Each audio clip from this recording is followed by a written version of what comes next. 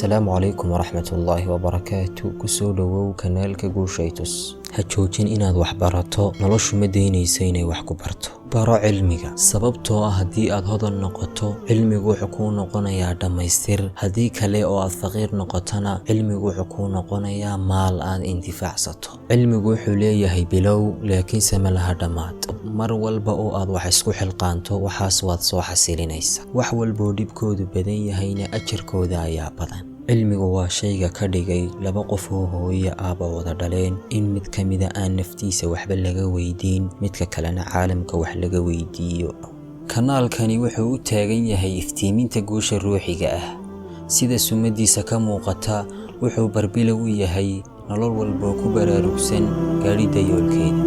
alla dhammaantiin ha idiga yeelo kuwii ka hela nafci dhaxal gal ah.